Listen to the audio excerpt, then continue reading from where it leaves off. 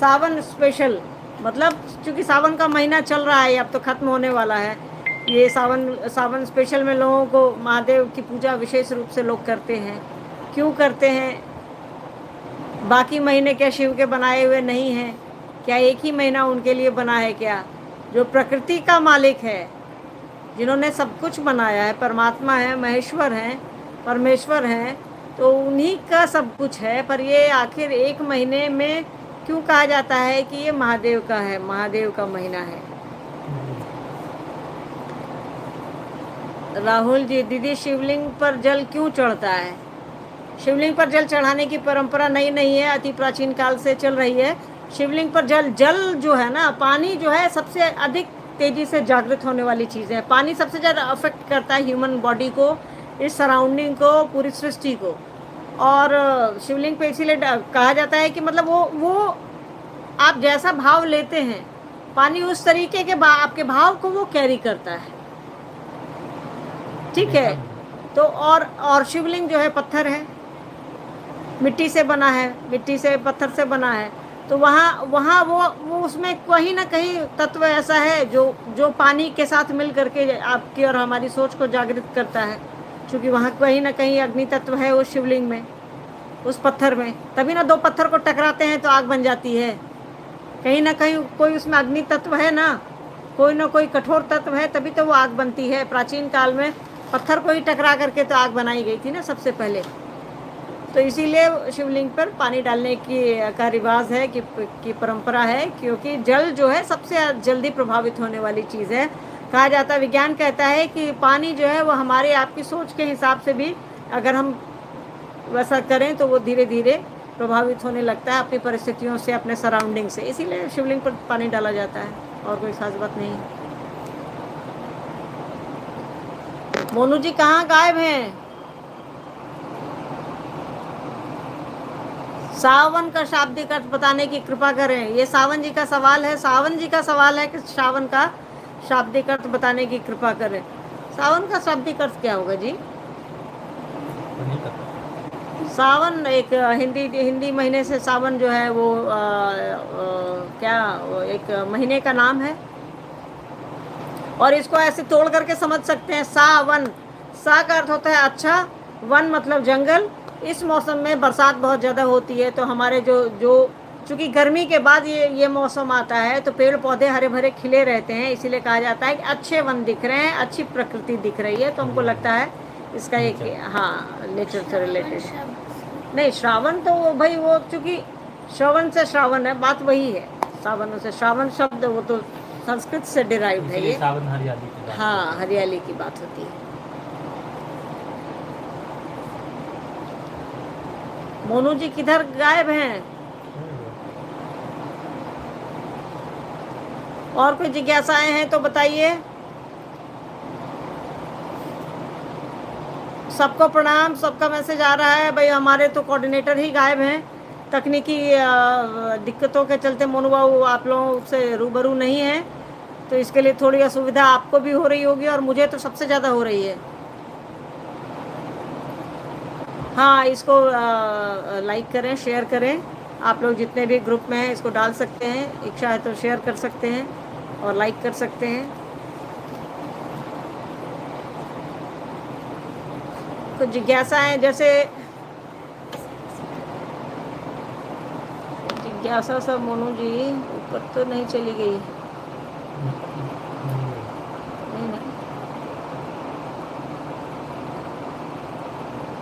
अच्छा, आज कोऑर्डिनेटर मेरी बेटी आद्या है। बोली क्या होंगे? आकाश कुमार, शिव की शिष्यता में हम आगे क्या करें? आगे क्या करें या पीछे क्या करें? शिव की शिष्यता में जो साहब ने कहा है, जो दीदी माँ ने कहा है, वही होगा। चाहे आगे कहिए या पीछे कहिए या बीच में कहिए, आदि भी वही है, आरंभ भी वही है, मध्य भी वही है। क्योंकि धरती पर आज के कल मतलब भगवान शिव की शिष्यता की जब भी बात आएगी तो साहब के दिशा निर्देशों के हिसाब से चलना होगा। जिसको स्वयं महादेव ने कहा है कि हरिंद्र की बताई विधा, हरिंद्र को नहीं, हरिंद्र की बताई विधा 20 मनवंतरों तक काफ़ी है। मतलब हरिंद्र की बताई विधा, मतलब साहब ने जो विधा बताई है वो 20 मनवंतरों तक काफ़ी है। और ये मनवंतर जो है अगर आप गुना भाग करेंगे तो ये मतलब करोड़ों अरबों की संख्या में वर्ष आ जाते हैं। तो जैसा साहब ने कहा है, जैसा दीदी माँ ने कहा है, वैसा काम करते रहना है। महादेव को अपना समझना है, साहब दीदी को अपना समझते रहिए। अपने मन में एक त्रिभुज बनाइए, ऊपर महादेव को बैठाइए, नीचे साहब दीदी को बैठाइए, और बाकी टेंशन लेने की ज़रूरत नहीं है। आकाश जी जैसा साहब ने कहा है करते रहिए। 3 सूत्र उन्होंने दिया है, 3 सूत्र करते रहिए। पहला सूत्र बहुत ही इंपॉर्टेंट है, महादेव को अपना समझिए। जैसे अपना समझेंगे तो दूसरा सूत्र हो जाएगा, जैसे उसको अपना समझेंगे तो तीसरा सूत्र हो जाएगा, तीनों हो जाएगा। ठीक है।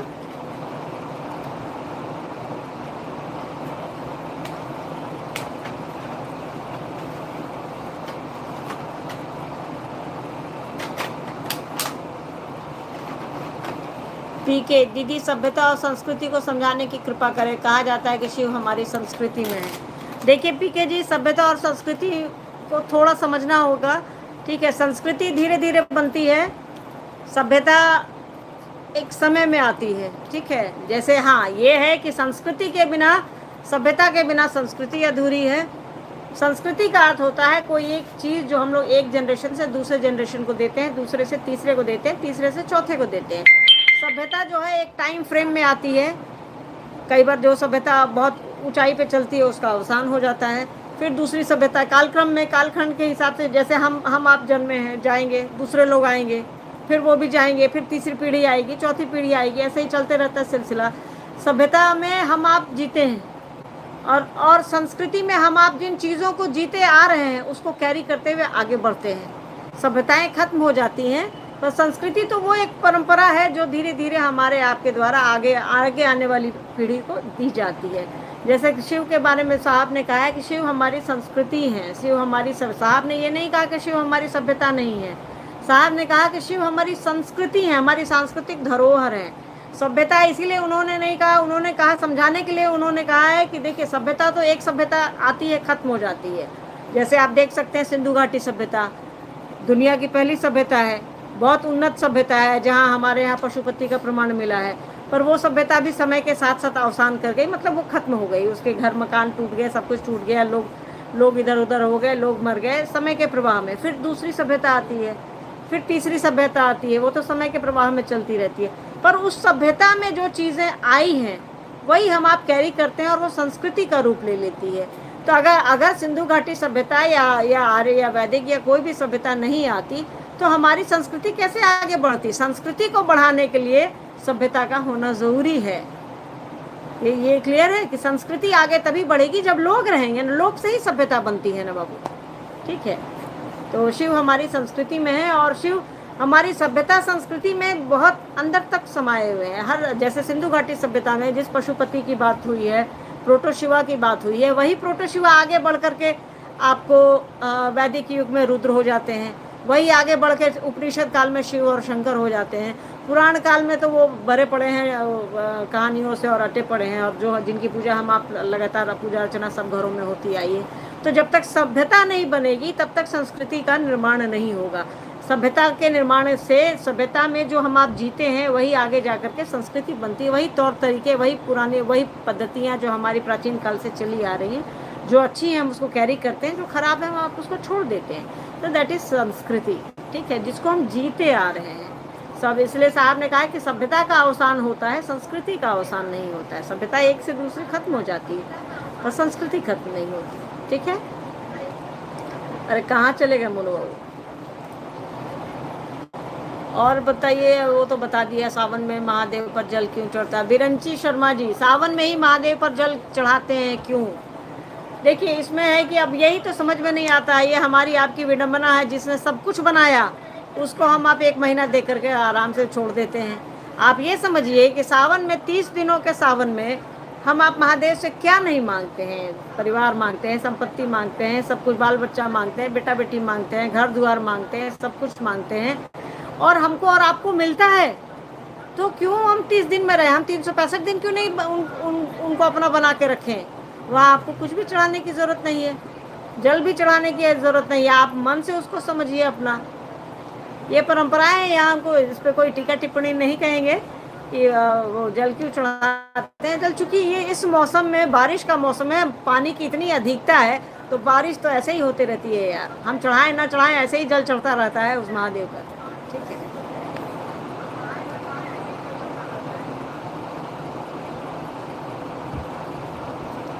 वीरेंद्र कुमार मौर्य जी, लोग कहते हैं कि जिसके मन में अभी जिज्ञासा पनप रहा है उसके गुरु शिव नहीं हुए हैं, लेकिन दीदी जिसको जानना होगा वह तो जिज्ञासा रखेगा।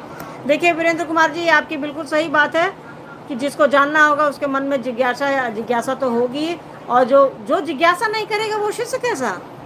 ये साहब ने ऐसा थोड़े कहा है कभी, साहब ने तो हमेशा कहा है आप पूछिए, आपके मन की जिज्ञासाएं गुरु नहीं समाप्त करेंगे तो और कौन करेगा। और ये ऐसे ही फालतू की बात है यार कि लोग कहते हैं जिसके मन में अभी जिज्ञासा पनप रहा है उनके गुरु शिव नहीं हुए। ये ऐसा नहीं है, ये गलत है। हाँ, जिसके मन में संशय है वो अभी शिष्य नहीं हुए। ठीक है।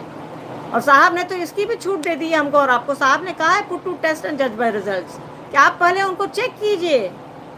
आपको भरोसा करने की जरूरत नहीं है, आपको श्रद्धा की जरूरत नहीं है, आपको प्रेम की जरूरत नहीं है, आप पहले टेस्ट कीजिए, उसके बाद उसको गुरु बनाइए। तो ऐसी कोई बात नहीं है कि जिसके मन में संशय है वो शिष्य नहीं है, ये बिल्कुल ही जिसके मन में जिज्ञासा है वो शिष्य नहीं है। हाँ, जिसके मन में संशय है गुरु के लिए वो शिष्य नहीं है, जैसा साहब ने कहा है, तिरुमूलर ने कहा है, जो दक्षिण भारत के बहुत बड़े शिव के भक्त हैं उन्होंने भी कहा है। तो आप बिल्कुल सही हैं कि भाई जो शिष्य होगा जो जिज्ञासा रखेगा ही, जो शिष्य मतलब जो सीखना चाहता है, जो सीखेगा वो तो जिज्ञासा करेगा ना भाई।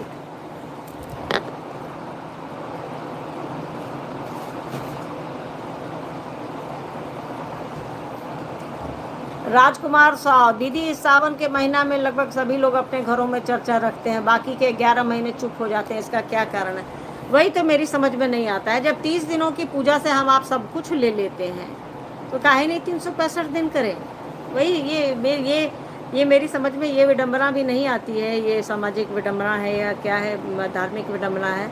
जिन्होंने सब कुछ बनाया है उसको आप 1 महीने जल चढ़ाते हैं और बाकी चीज़ें छोड़ देते हैं। आदमी देखिए, आदमी को प्रोफेशनल होना चाहिए। हम लोग एकदम टारगेटेड मिसाइल की तरह आदमी को होना चाहिए कि भैया 30 दिन काम कर रहे हैं तो हमको 2000 रुपये मिल रहे हैं, तो हम 365 दिन अगर काम करेंगे तो हमको 12 दूनी 24,000 रुपये न मिलेंगे यार। तो कौन बेवकूफ़ी है। पर पता नहीं लोग समझते नहीं है इसको, क्या कहिएगा। एक्चुअली हमारे यहाँ परंपराएं इतनी कूट कूट कर भरी है ना हमारे आपके अंदर, तो धीरे धीरे ही लोग समझेंगे इस बात को। हम आप समझ रहे हैं, लोग भी समझेंगे, कोई खास बात नहीं है। उस पर इतनी ऊर्जा नहीं खर्च करिए, साहब ने जो कहा है वो करिए।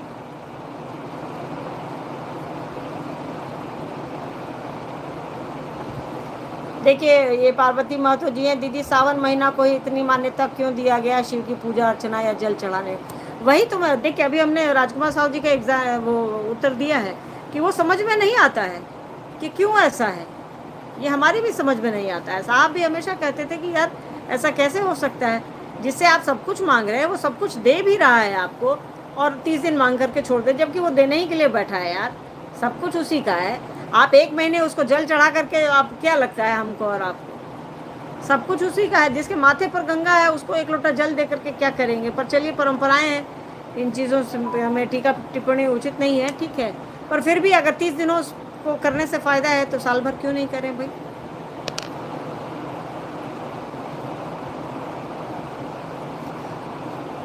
सावन में शिव की पूजा और शिव गुरु की चर्चा का प्रभाव क्या है। देखिए सावन जी, साहब ने कहा है कि शिव की शिष्यता, शिव की चर्चा हाईटेक पूजा है। आप 40 साल की पूजा कर लीजिए और 4 घंटे की शिव चर्चा कर लीजिए, अगर मन से कर लिया तो।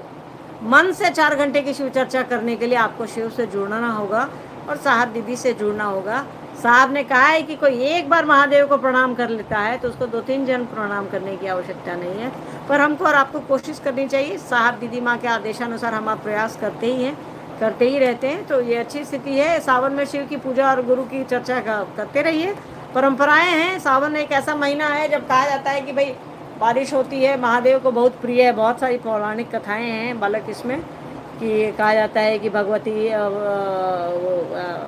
उमा जो है उन्होंने पूरा अपना वरहु शंभू नहीं तो रहु कुमारी वो पत्ता खा कर व्रत करती थी, और सावन के महीने में ही उन्होंने शिव जी उनसे प्रसन्न हुए और उनकी शादी। बहुत सारी मान्यताएं हैं, इन मान्यताओं में उलझने और करने की ज़रूरत नहीं है।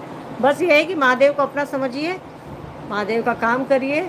हाँ ये है कि आप 1 लोटा जल और दूध, इतने बच्चों को दूध नहीं मिलता है यार, और दूध हम लोग बर्बाद कर रहे हैं। खैर चलिए, पूजा पाठ है, हाँ, कुछ कहना उचित नहीं है, फिर भी कोशिश करनी चाहिए कि महादेव की बात हो।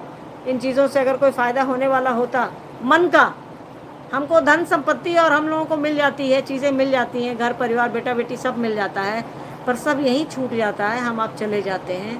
तो मन का ऊपर उठना चाहिए। पूजा ऐसी होनी चाहिए जहाँ हमारा आपका मन उठे, ठीक है। तो शिव चर्चा ही एक ऐसा है, शिव चर्चा में भी भगवान शिव की शिष्यता एक ऐसा, शिव चर्चा तो माध्यम है भगवान शिव को अपना गुरु बनाने के लिए और लोगों को बताने के लिए, पर भगवान शिव की शिष्यता ही एकमात्र ऐसी चीज़ है जो हमारे आपके मन को उठा सकती है, बाकी कोई नहीं।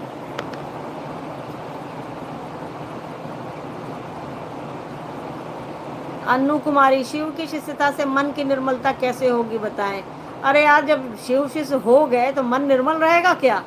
पर मुद्दा है कि हो गए, ये पहले तय कर लीजिए ना कि हम लोग शिव शिष्य बोली में हुए हैं या सही में हो गए। साहब की बात याद देखिए, साहब को सुनिए, यूट्यूब पर लाखों चर्चाएं हैं साहब की, उनको सुनिए, दीदी माँ की तो कम है, तो उनको सुनिए, वो जो कहते हैं उसको समझने और करने की कोशिश करिए, मन से समझने की कोशिश करिए। कान थोड़े समझता है, या समझता तो मन है ना। तो शिव शिष्यता, जैसे हम आप शिव शिष्य होंगे तो मन तो निर्मल हो ही जाएगा। और ये महादेव की बनाई हुई दुनिया है, महादेव का बनाया वो मन है, महादेव हिसाबे से ना मन को निर्मल करेंगे, नहीं तो सबका मन निर्मल करने लगेंगे तो दुनिया उनकी चलेगी कैसे? कौन चलाएगा? फिर वो आदमी बना के भेजेंगे तो वैसे ही आदमी आएंगे। और धोबी के पास गंदा कपड़ा जाता है या साफ जाता है यार? अगर साफ भी जाता है तो इस्त्री करने के लिए जाता है। तो महादेव का मन में कुछ गंदा रहेगा तब है ना गुरु उसको रेक्टिफाई करेंगे और दुरुस्त करेंगे।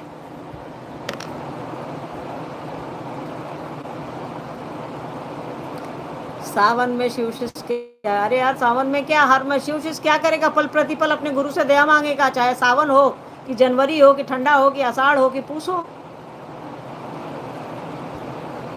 दीदी एक जिज्ञासा है, सावन में ही लोग रुद्राभिषेक? नहीं, ऐसा नहीं है कि सावन में लोग रुद्राभिषेक ही कराते हैं, हर महीने लोग कराते रहते हैं।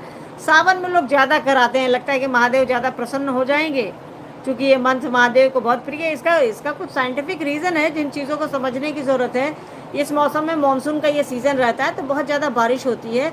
बारिश जब बहुत ज़्यादा होगी गर्मी के बाद तो प्रकृति भी खूबसूरत हो जाती है, जानवर पशु पक्षी भी भाई पानी की कमी से जो गर्मी के बाद खुश हो जाते हैं। तो ये है, इसका सारा खेला मन का है यार। मन चंगा तो कटौती में गंगा। आप मन को सावन समझ लीजिए या मन को साल समझ लीजिए, बात एक ही है। सावन और साल में ज़्यादा फर्क नहीं है यार, ठीक है। दोनों सा से ही शुरू होता है, आकार से। और महादेव गुरु होंगे तो सावन क्या, दिसंबर क्या, जनवरी क्या, सब एक है।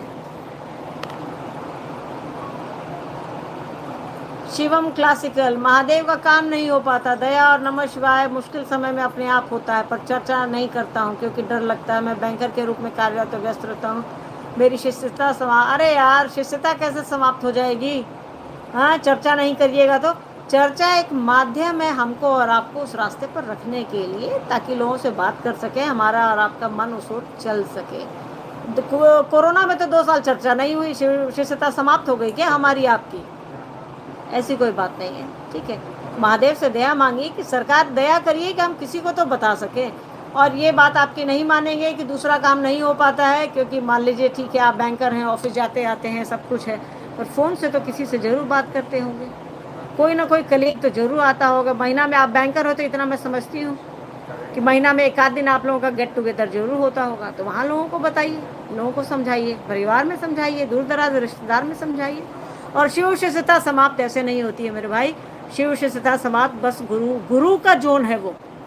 और अगर धरती पर किसी का जोन है तो वो साहब और दीदी माँ है, बाकी किसी का जोन नहीं है यार ये सब, ठीक। अब मोनू बाबू किधर हैं?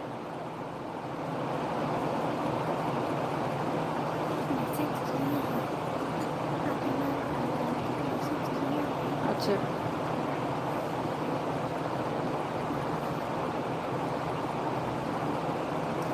और स्मृति जी का है कि सावन महीना में शिव का जन्म हुआ है। अरे यार, शिव अपने जन्मा स्वयंभू का क्या अर्थ होता है?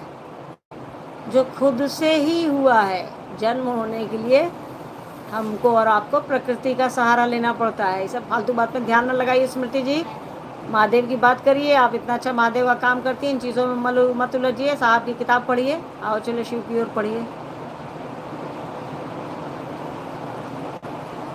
बबलू कुमार जी, महादेव से कितना भी दया मांग रहे हैं, मुझे नौकरी नहीं मिल रही है। महादेव से दया मांगते रहिए और अपना कर्म करते रहिए। कर्म करिएगा तभी उसका है, हर कर्म का अपना एक कर्मफल है। अपनी कोशिश करते रहो, कोशिश करते रहिए। वो एक कहावत सुने हैं ना, करत करत अभ्यास से जड़मती होत सुजान। तो कोशिश करते रहिए, महादेव की दया और साहब दीदी का आशीर्वाद।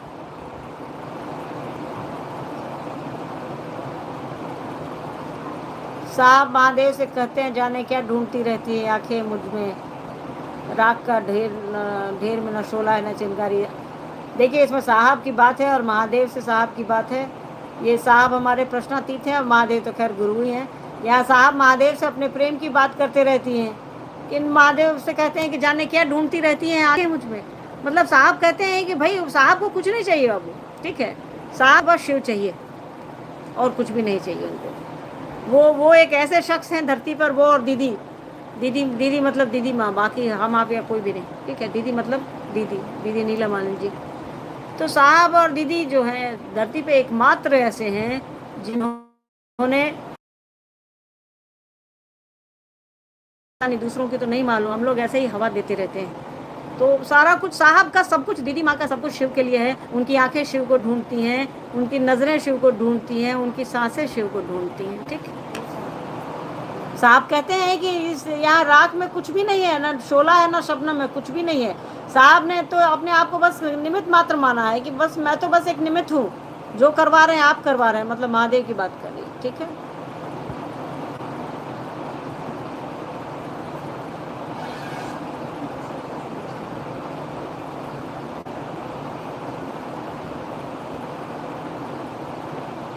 रेणु गुप्ता, अध्यात्म का सच्चा गुरु हो सकता है। बिल्कुल सही बात है, जो बनाया है वही ना जानेगा कहाँ क्या है। आप और हम, रेणु जी, मान लीजिए किचन में है, हमको और आपको मालूम है कि भाई किस चीज़ में हमने कितना नमक डाला है, कितनी चीनी डाली है। तो जो बनाया है वही बेहतर समझ सकता है। अध्यात्म, ये पूरी सृष्टि, ये पूरी कायनात उसकी बनाई हुई है यार, उस परमात्मा शिव की बनाई हुई है, परमेश्वर महेश्वर की बनाई हुई है। तो उनसे बड़ा गुरु और उनसे बढ़िया गुरु कोई हो ही नहीं सकता है ना।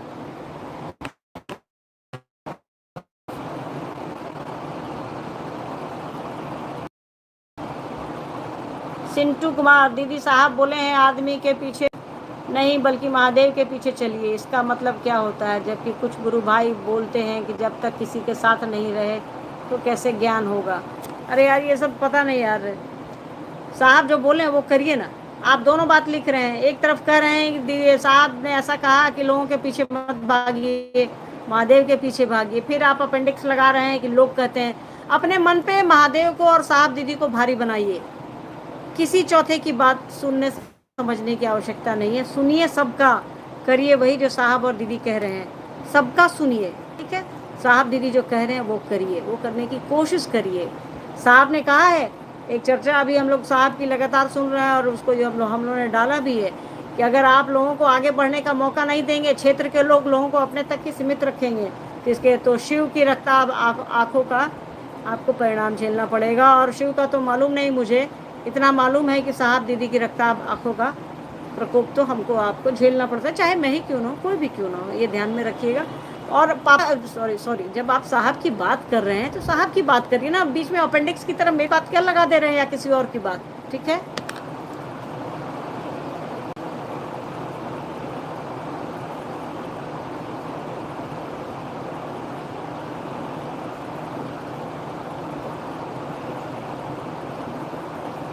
साहब के संकल्प से, पीके जी, साहब के संकल्प से संकल्पित होइए, आपका जीवन शिवमय हो जाएगा। कृपया सही लाइन है कि साहब के संकल्प से संकल्पित होइए, आपका जीवन शिवमय हो जाएगा, ठीक है। तो मतलब साहब का संकल्प क्या है यार? दुनिया को एक जर्रे जर्रे को बताना। शिव गुरु है, आपके भी हो सकते हैं, इतना अच्छा गुरु है जिसका चेला नहीं है। तो साहब का संकल्प तो यही है, तो उस संकल्प से संकल्पित होइए। और ये बड़े सौभाग्य की बात है हमारे आपके लिए कि साहब का संकल्प हम आप ले करके चलें, या चल रहे हैं या चलेंगे। इससे अच्छा सौभाग्य की बात कुछ भी नहीं हो सकती है। अपना काम करिए, जगत में जो भी आपका काम है वो करिए और साहब दीदी के संकल्प को लेकर के चलिए, महादेव का काम करिए।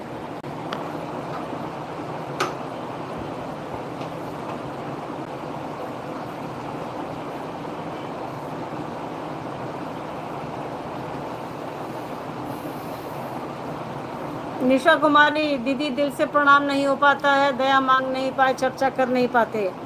ऐसा नहीं होता है बाबू, ठीक है, ऐसा होता नहीं है। करने की को सब काम होगा यार, जगत का सारा काम हो रहा है तो ये काम क्यों नहीं होगा। इसी जगह साहब एक जगह लिखे हैं कि जगत से होकर के ही अध्यात्म का रास्ता जाता है, तो इसी जगत से होकर के ही अध्यात्म का रास्ता हमको और आपको पकड़ना है, तो कैसे नहीं होगा। आप दया मांगे, दया मांगने में क्या है। आप सोते जागते काम करते कभी भी दया मांग सकती हैं, नमः शिवाय से प्रणाम कर सकती हैं। चलिए आप बाहर मान लीजिए नहीं निकल पा रही है, फ़ोन से किसी को कह सकती हैं कि शिव मेरे गुरु हैं, आपके भी गुरु हो सकते हैं। बनाइए, अपना अनुभव शेयर करिए। शिव शिष्य और शिव शिष्य का मुखौटा में अंतर बताएं। साहब बोलते बोलते थक गए हैं, हमको और आपको नहीं समझ में आया है। शिव शिष्य अगर बोली में है तो वो मुखौटा पहने हैं यार। शिव शिष्यता आचरण में आएगा, और आचरण में आप 1 दिन 2 दिन हम नकल कर सकते हैं, 5 दिन नकल कर सकते हैं, 10 दिन कर सकते हैं, 5 महीने कर सकते हैं, 5 साल नहीं कर सकते हैं। तो शिव शिष्यता आचरण की चीज़ है, वो आपके आचरण में दिखेगी। बोली में तो साहब की बात याद रखिए, बोली में तो अच्छे अच्छे लोग बहुत बढ़िया बढ़िया शिव चर्चा करते हैं, पर क्या वो शिव शिष्य हैं। साहब की बात याद की बेटी का टिप्पणी करना उचित नहीं है। जो साहब ने कहा है उसको ध्यान में रखिए। साहब ने कहा है कि शिव शिष्यता आचरण की चीज़ है, बोली की चीज़ नहीं है। बोली तो हम आप शिव चर्चा अपने फ़ायदे के लिए भी तो कर सकते हैं कि कोई प्रणाम करे, कोई प्रतिष्ठा दे, कोई पैसा दे, कोई सम्मान दे। पर शिव शिष्य जब मन बनेगा तो वो हमारे आपके आचरण से दिखेगा। बोली से थोड़ा तब तो कोई कुछ बोलेगा भी नहीं तो भी आपको दिख जाएगा। साहब दीदी का आचरण देखिए, वो लोग माइक लगा के हल्ला किए क्या, ठीक है, कि मेरा आचरण देखो, मेरा आचरण देखो। उनका आचरण बताया कि वो शिव के शिष्य हैं।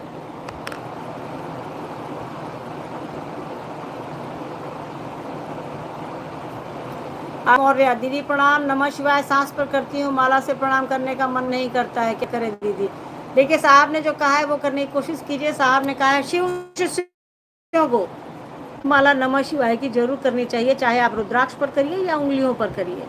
इससे होता क्या है कि अगर हम आप नमः शिवाय की एक माला से मतलब 108 से बार से प्रणाम करते हैं तो थोड़ा लौकिक कष्ट जो हमारे प्रारब्ध जनित कष्ट हैं और जो क्रियमाण कष्ट हैं वो थोड़े कम होते हैं, तो शिव ज़्यादा याद आते हैं। तो साहब ने जो कहा है उसको करने की कोशिश कीजिए। दवा अगर डॉक्टर आपको 3 खुराक दवा दी है तो 2 ही खाइएगा, 3 खाइएगा तभी तो उसका परिणाम सही आएगा।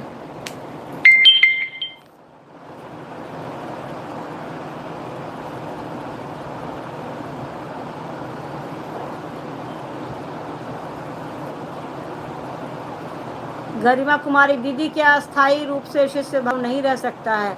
नहीं, भाव आपका अस्थायी कैसे होगा। आप किसी को अपना समझ लिए तो समझ लिए।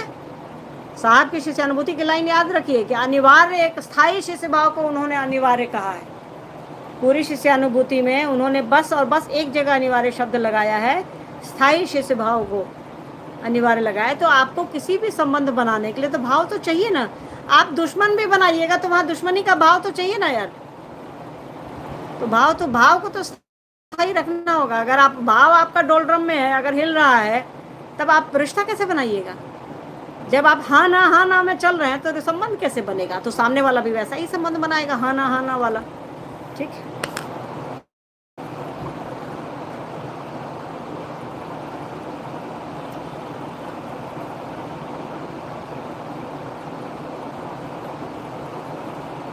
जिया वर्मा, साहब कहते हैं कि मैं शिव के लिए शिव का कार्य करता, खुद के लिए नहीं। बिल्कुल सही, अक्षरशः आपने बिल्कुल सही कहा। साहब ने कहा, अच्छा ये बता, आपको अपने लिए क्या शिव का कार्य करने की आवश्यकता थी। बहुत बड़े पदाधिकारी, बहुत बड़े घर के, उनकी पत्नी बहुत बड़े घर की, उनको क्या चाहिए था। उनको जागतिक रूप से इस जगत में उनको किस चीज़ की कमी थी। ना पैसे की कमी थी, सरकार उनको इतनी तनख्वाह देती थी कि वो खा लेते। हम लोगों को थोड़ी असुविधाएं होती थी, ईमानदारी से साहब ने जिया है तो असुविधाएं तो होती थी, पर फिर भी सरकार की तनख्वाह आती थी। एक समाज में उनकी प्रतिष्ठा थी। पिताजी उनके बहुत बड़े पदाधिकारी, उनका परिवार बहुत ज़्यादा पढ़ा लिखा। उनकी धर्मपत्नी दीदी नीलम आनंद जी बहुत बड़े घराने की, मनातूगढ़ स्टेट घराने की थी। तो उनको किस ज़रूरत थी, उनको किसी चीज़ की ज़रूरत नहीं थी। ज़रूरत बस उनको इतनी थी कि यार इतना अच्छा गुरु है ये, इसका चेला नहीं है। कोई बहुत अच्छा स्कूल है और उसका चेला नहीं है। तो साहब ने कहा कि हमने शिव की बात शिव के लिए करी, ठीक। उनको शिव अच्छे लगने लगे, लगन लग गई तो लग गई यार।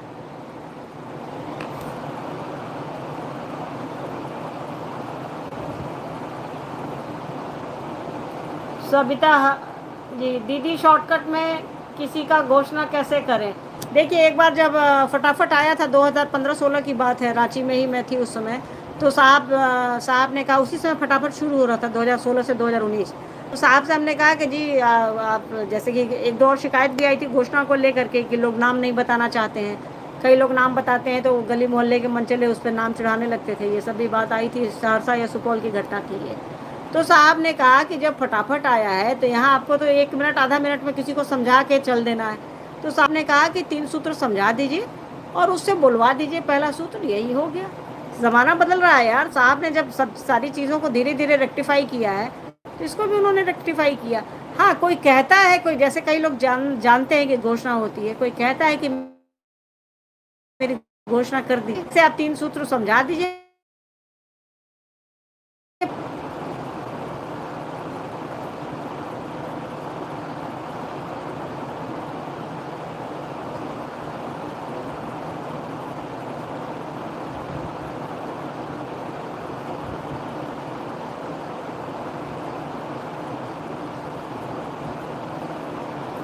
क्या प्रशांत कुमार स्नेही, क्या शिव गुरु की शिष्यता अध्यात्म का चरमोत्कर्ष है? बिल्कुल।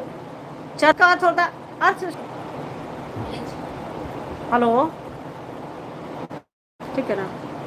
देखिए, चरम का अर्थ होता है ऊपर, उत्कर्ष का अर्थ होता है जब अध्यात्म में जब हमारे आपके शिव ही गुरु हो गए, जो जगत गुरु हैं, गुराधिपति हैं, गुरुओं के गुरु हैं, तब कुछ बचता क्या है? तो अध्यात्म का चरमोत्कर्ष ही भगवान शिव की शिष्यता है। चरमोत्कर्ष का अर्थ ही होता है जो सबसे ऊपर हो, सबसे ऊपर। जब आपकी दोस्ती कलेक्टर से हो ही गई तो आपको बाकी जिला में किसी से दोस्ती करने की क्या जरूरत है?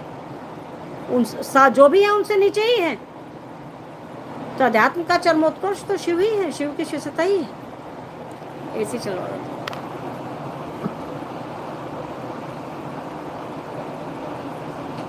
शिव गुरु का ज्ञान मन पर कितने दिन तक रहता है? अरे, शिव गुरु का ज्ञान आपके मन पे रह जाए, आप संबंध बना ले, तो यहाँ से इस धरा से उस धरा तक एक गीत है ना, वहां तक रहेगा। चिंता मत करिए, बस संबंध बनाइए।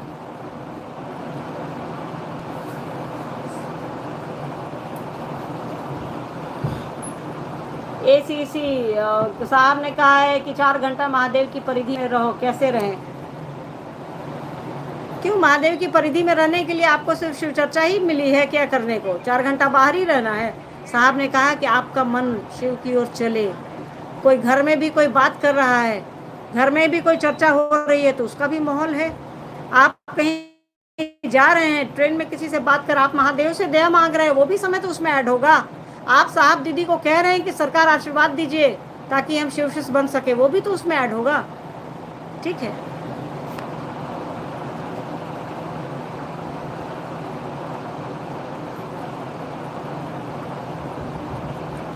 निशा कुमारी, शिवालोक बुक में वही खूंटा।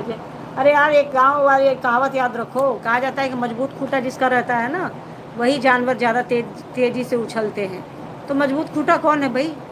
हमारे से संबंध बनाइएगा, हम किसी कारणवश तोड़ देंगे संबंध, कभी पैसे के लिए, कभी किसी चीज़ के लिए, कभी जगत के लिए। पर शिव से अगर संबंध बनाइएगा, साहब दीदी से अगर संबंध बनाइएगा, तो वो नहीं टूटेगा, वो बना रहेगा। तो मजबूत खूंटा वही है जो आपको सब कुछ दे, उसको पकड़िए। जो आपको सब कुछ दे रहा है उसको पकड़िए। ठीक।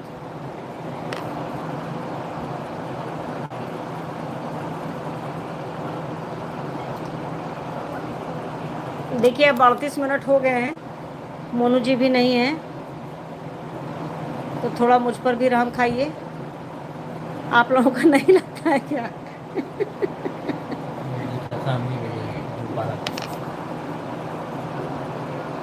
चलिए देखते हैं, एक दो और जिज्ञासा उठाकर देखते हैं।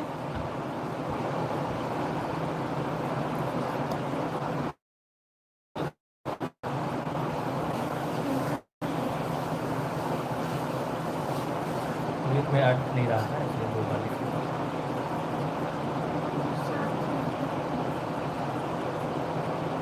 देखिए, एक जगह आई है, नीचे है, मैं देख रही हूँ। हाँ, मतलब अगर साहब ने कहा कि जो महादेव पर जल चढ़ाने आए हैं उनको महादेव का लोक दे देता है। ये साहब ने कई बार कहा है कि आपको लगता है कि शिव ने दिया है, पर देता कोई और है। कौन देगा यार? देते साहब और दीदी हैं। हाँ, हम लोगों को दिखता है कि महादेव ने दिया, क्योंकि साहब को शिव का काम करवाना है हमसे और आपसे। देंगे नहीं तो काम कैसे चलेगा? ये जगत है, हम आप ऐसे ही कुछ भी नहीं करते, ऐसे कुछ भी नहीं करते, कुछ ना कुछ नफ़ा नुकसान देख करके ही काम करते हैं। तो साहब ही देते हैं सब कुछ, महादेव से ले करके देते हैं, साहब ही देते हैं, और कौन देगा हमको और आपको? बिल्कुल सही बात है। फिर साहब तो संपूर्ण साहब फिर उनके लोगों की देख रेख वो खुद करते हैं। पर कहाँ, बिल्कुल सही। साहब ने कई लाखों ऐसे उदाहरण हैं जिनका जीवन साहब और दीदी माँ ने बचाया है, जिनको साहब ने नया जीवन दान दिया है। ऐसे हजारों घनेरों लोग हैं ऐसे।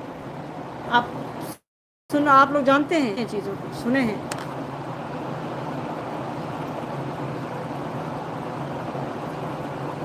शिव अर्चना चौधरी जी, शिव गुरु की चर्चा अविरल, अंतहीन, परिणाम परक आत्मानुभूति है कैसे? साहब की पंक्ति है, शिव गुरु की चर्चा अविरल मतलब बिना रुके, अंतहीन जिसका कोई अंत ही नहीं है, परिणाम परक आत्मानुभूति है मतलब आपको परिणाम देती है। भगवान शिव की शिष्यता परिणाम ऐसा नहीं है कि आप शिव से दया मांगिएगा, शिव को अपना समझिएगा तो आपको कुछ नहीं देंगे, आपके मन को विस्तृत नहीं करेंगे, आपके मन को बड़ा नहीं करेंगे। मन छोड़ दीजिए, आपके लौकिक जीवन में कुछ बदलाव नहीं होगा। यहीं से शुरू करते हैं ना हम। आप तो पहले देखते हैं कि जगत में क्या मिला हमको और आपको, तो जगत से ही देखते हैं ना। मतलब ऐसा हमको और आपको दिखेगा, एक सामान्य दिनचर्या में दिखेगा कि शिव को गुरु बनाने के बाद हमारे आपके जीवन में क्या बदलाव आया है, क्या नहीं आया है, और मन कैसे बदलता है। यही तो है। 50 मिनट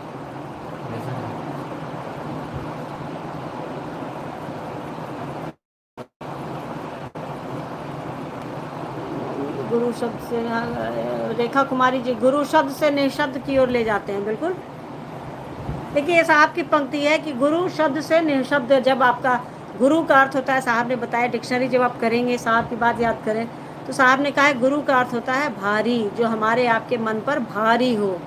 तो जो चीज़ हमारे आपके मन पर भारी होगी, तो हम जब भी जब हमारा आपका स्थिर, भारी होने का क्या है भाई? जगत भारी नहीं होना, मन का स्थिर होना। मन जैसे स्थिर होगा हमारा आपका, तो जो एक अकबकाहट है हमारी आपकी, जो एक भाग दौड़ है जगत की, मन की भाग दौड़, जो इधर उधर भाग रहा है मन, वो धीरे धीरे शांत होने लगेगा। पूर्णता नहीं होगा, क्योंकि ये महादेव का ही बनाया हुआ है। पूर्णता कैसे हो जाएगा? शिव अपनी इच्छा के विरुद्ध जाकर के जीवात्मा को परमात्मा से एक में कराते हैं, और वही परमात्मा जीव को धरती पर भेजा है ना, तो वो मन को धीरे धीरे शिव की ओर ले जाते हैं। गुरु धीरे धीरे शिव की ओर आपके मन को और हमारे मन को ले जाते हैं। तो वही साहब ने गुरु शब्द से निःशब्द की ओर ले जाते हैं।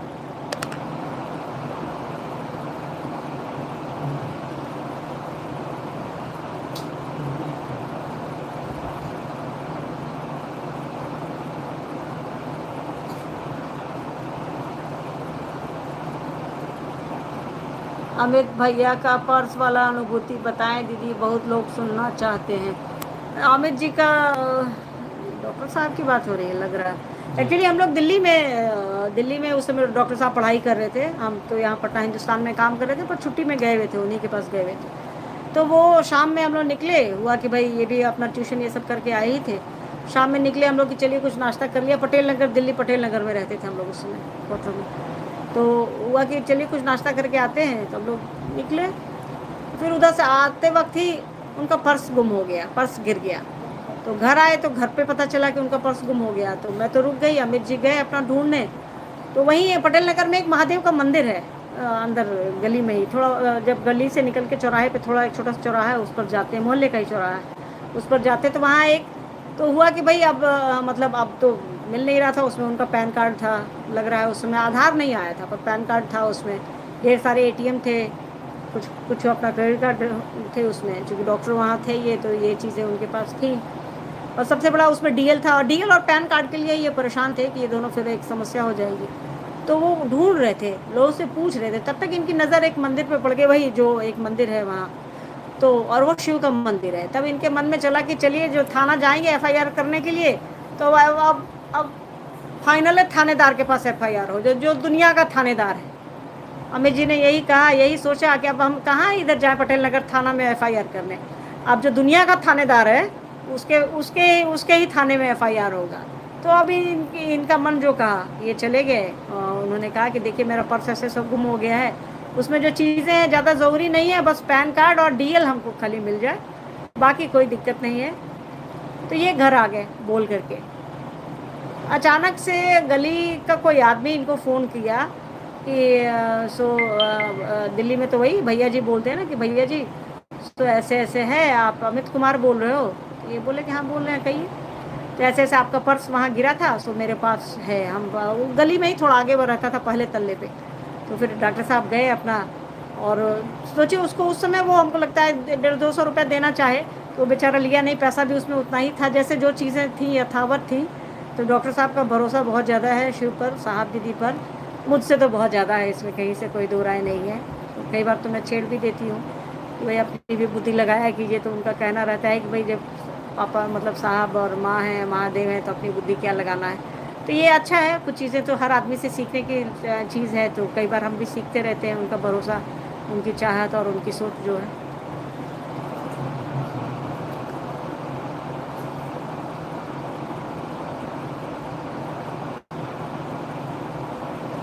निमेश कुमार, मैं क्या करूं कि मैं शिव गुरु का ध्यान कर सकूं, मेरे मन को शिव में। देखिए इसके लिए तो जो साहब ने कहा है वही करना पड़ेगा। साहब ने कहा है कि उसको अपना समझो, अपना तो समझना पड़ेगा, भरे भरोसा हो या ना हो, अपना तो समझना पड़ेगा। इसलिए हाँ, ये आप तर्क दे सकते हैं कि भाई अपना भरोसा नहीं होगा तो अपना कैसे समझेंगे। क्यों, जगत में है कि नहीं, भाई भाई एक साथ रहते हैं एक ही छत के नीचे, मन ही मन लड़ते हैं कि नहीं लड़ते हैं। तो भरोसा तो धीरे धीरे बन जाएगा, बस अपना समझिए, अपना समझिएगा तो भरोसा भी बन जाएगा, और इस पर कुछ भी करने की आवश्यकता नहीं है। ठीक है, मोनू जी किधर गायब हैं? गुलशन ऑफिशियल, गुरु अपने शिष्य को कर्मफल के बंधन से मुक्त करते हैं कैसे? हाँ बिल्कुल, साहब ने कहा है कि गुरु अपने शिष्य के कर्मफल के बंधन से मुक्त करते हैं। गुरु हमारे आपके कर्मफल को छांटते हैं, काटते हैं, कुछ घटाते हैं, कुछ एड ऑन भी करते हैं। ये गुरु का डिपार्टमेंट है। गुरु जब आप चेला हैं तो सारा उनको छोड़ दीजिए, जो आपके कर्मफल हैं जाकर के हम आप अगर, तो गुरु ऐसा बनने नहीं देते। कहानी है ना श्यामाचंद्र कि मैं तो तुम्हें ढूंढ रहा हूँ, उनको अगले जन्म में राजा बनना था। महाअवतार बाबा बोले कि ये तो राजा बनेगा, कर्मफल में इसके राजा बनना है, ये राजा बनेगा तो बहुत अत्याचारी राजा बनेगा, तब तो फिर उसको 2-3 साइकिल लगेगा शिव की ओर, ऊपर परमात्मा की ओर ले जाने में। अच्छा गुरु तो आपको शिव की ओर ले जाएगा, परमात्मा की ओर ले जाएगा। तो उन्होंने उनका कर्मफल ही बदल दिया, जैसी कहानी है जहाँ तक मुझे याद है। तो गुरु अगर चाहेंगे तो जो आपके लिए बेहतर, कई बार होता है कि हम आप बहुत कुछ मांगते हैं कि महादेव ये दे दीजिए, महादेव वो दे दीजिए, वो कर दीजिए, वो कर दीजिए, लगता है कि महादेव तो कुछ किए ही नहीं।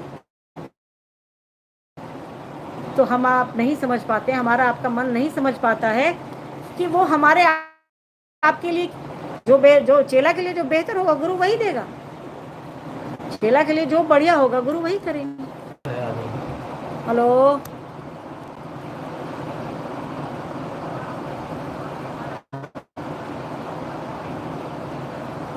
अनु सिंह, दीदी नमः शिवाय, प्रणाम करने में मन बहुत भटकता है। बिल्कुल भटकेगा, मन बना ही है यार। मन का अर्थ ये है कि जहाँ हम हैं वहाँ मन नहीं है, और जहाँ मन है वहाँ हमारा शरीर नहीं है। मन बना ही है भटकने के लिए, ईश्वर ने, परमात्मा ने उसने बनाया ही है उसको भटकने के लिए। मन स्थिर हो जाएगा तो जगत कैसे चलेगा? जगत को चलाने में उनका स्थिर होना, चंचल होना जरूरी है ना, अस्थिर होना जरूरी है ना। हाँ, पर उसकी चंचलता थोड़ा कम हो सकती है, थोड़ा आराम मिल सकता है हमारे आपके मन को जब हम लोग गुरु की दिशा में चलेंगे। तो गुरु का काम है शिव की ओर ले चलना।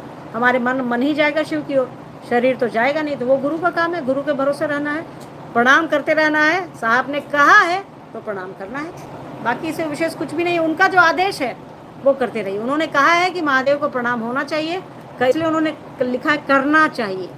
उन्होंने इसके लिए ये नहीं कहा कि करना ही है, उन्होंने कहा कि नमः शिवाय से अपने गुरु को प्रणाम करने की कोशिश करनी चाहिए। उनको मालूम है, देखिए उनसे बड़ा वैज्ञानिक नहीं है आध्यात्मिक रूप से, उनसे बड़ा साधु नहीं है, उनसे बड़ा कोई तांत्रिक नहीं है, उनको मालूम है हमारे आपके बारे में, इस जगत के बारे में, कि हमारा आपका मन जो है वो कुछ श्रृंखल है, इधर उधर भटकता ही रहता है, चंचल ही है हिरण की तरह। तो उन्होंने लिखा है कि कोशिश करनी चाहिए, तो हमको और आपको कोशिश करनी चाहिए। प्रणाम जी।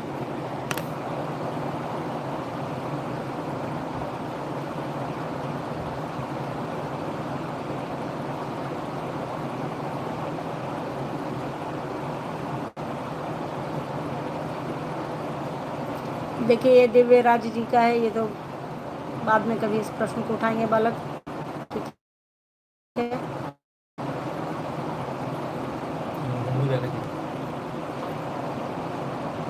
सावन विशेष परशु विशेषता अशेष। मोनू भैया इसका क्या आशय है? मोनू जी अब आप जिज्ञासा करिएगा तो गड़बड़ बात है ना भाई। सावन विशेष परशु विशेषता अशेष। देखिए अशेष का अर्थ होता है जहाँ कुछ बचता नहीं है, ठीक, जहाँ कुछ भी नहीं बचता है वो अशेष है। और शिव अशेष है, विशेष है, प्रशेष है, क्या नहीं है, वहाँ कुछ भी नहीं बचता है। सावन के विशेष पर बस यही कहा जा सकता है कि बस भगवान शिव हम पर और आप पर दया करें कि हमारा 365 दिन सावन रहे। अब आप बेहतर समझाइएगा मोनू जी अगली चर्चा में, ये आप ही का सवाल है, आप ही उत्तर दीजिएगा।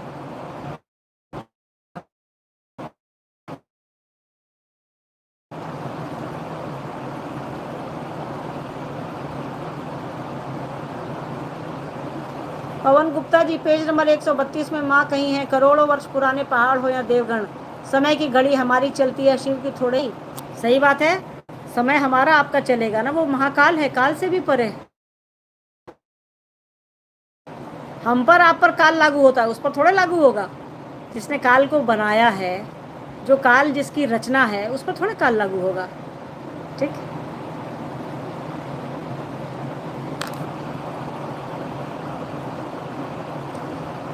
ACC दीदी, शिव गुरु और परमात्मा में क्या फर्क है? क्योंकि आप बोले गुरु परमात्मा में मिलते, गुरु ही तो आपको परमात्मा की ओर जाने का रास्ता बताएगा ना। परमात्मा और गुरु एक ही है, तभी इसी गणित पर साहब ने शिव को अपना गुरु बनाया है ना। बात तो वही है ना, साहब ने 1974 में गांगी के शमशान में क्या सोच करके शिव को अपना गुरु बनाया, कि कहा गया है, शास्त्र कहते हैं, साहब के पिताजी कहते हैं कि गुरुर ब्रह्मा गुरुर विष्णु गुरुर देवो महेश्वर, गुरु साक्षात पर ब्रह्मा तस्मै श्री गुरु। मतलब जो गुरु ब्रह्म है उनको मैं अपना, जो परमात्मा है, जो ब्रह्म है, उनको मैं अपना गुरु मानता हूँ। सब एक ही में है, तो इसमें क्या गलत है? सही तो है। और गुरु आपको परमात्मा की ओर ले ही जाएंगे। आप अपने बच्चे को जब पढ़ाएंगे तो चाहेंगे कि इसको गणित में 20 में 20 आए, चाहेंगे, पिता के तौर पर चाहेंगे, बिल्कुल वो आपकी इच्छा है। पर गुरु की वो जिम्मेदारी, शिष्य को ईश्वर की ओर ले जाने की एकमात्र जिम्मेदारी गुरु की है, परमात्मा की नहीं। परमात्मा को क्या फर्क पड़ेगा यार, उसको तो जो दुनिया चला रहे चलाइए रहे, कोई दिक्कत नहीं है उसे, पर ईश्वर की ओर ले जाने का जिम्मा गुरु उठाते हैं। चलिए आज तो समय तना ही कट गया, पर आप लोगों का साथ मिला। मोनू जी भी ऑनलाइन कुछ कर रहे हैं उधर से, बहुत सारी जिज्ञासाएँ थी, कुछ का उत्तर हमने देने की कोशिश करी, जो भी मुझको आता है, जितना भी साहब दीदी ने सिखाया है और जितना भी समझ पाई हूँ उन लोगों के सानिध्य में, कोशिश रहती है कि जो भी जिज्ञासा आए हम लोग उठाएं। पर इतनी ज़्यादा जिज्ञासा, आज तो बहुत फ्लडेड है जिज्ञासा से मोनू बाबू, आप नहीं है तो मतलब बहुत ज़्यादा जिज्ञासा आ गई है। आप रहते हैं तो आधा आप उठाते हैं, आधा हम उठाते हैं, तो थोड़ा आसान हो जाता है मसला। पर खैर चलिए, आज अब इतना ही रहने दीजिए, फिर आते हैं किसी दिन हम लोग फुर्सत से। अभी तो रक्षाबंधन आने वाला है, सभी गुरु भाई गुरु बहनों को रक्षाबंधन की असीम शुभकामनाएं। सब एक साथ रहिए, अच्छे से रहिए। ये मत सोचिएगा कि रक्षाबंधन तो बहन ही भाई को बांध सकती है, ये रक्षा सूत्र है, ये कोई किसी को बांध सकता है। साहब दीदी से बड़ा रक्षक कौन है, हमारा और आपका? सोचिए ज़रा, महादेव से बड़ा रक्षक कौन है, हमारा और आपका? तो ये चलता रहता है। स्वतंत्रता दिवस आज हम लोगों ने मनाया है, हमारा देश ऐसे ही तरक्की करता रहे, हम आप इस देश में रहें, शिव के शिष्य बने, ताकि ये मानवता, ये दुनिया अच्छे से सुवासित हो सके, सुगंधित हो सके, हमारा देश तरक्की कर सके। जब हम हमारा तो देश तरक्की करेगा। क्योंकि मन ही बदलता है तो सब कुछ बदलता है, और मन तभी बदलेगा जब गुरु की दया होगी, गुरु के सानिध्य में रहेंगे आप और हम, साहब दीदी के सानिध्य में रहेंगे आप और हम।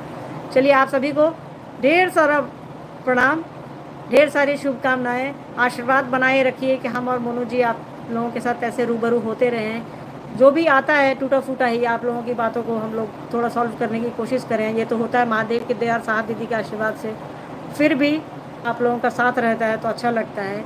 चलिए आप सभी को प्रणाम, सभी अपना ख्याल रखें, धन्यवाद, थैंक यू, प्रणाम।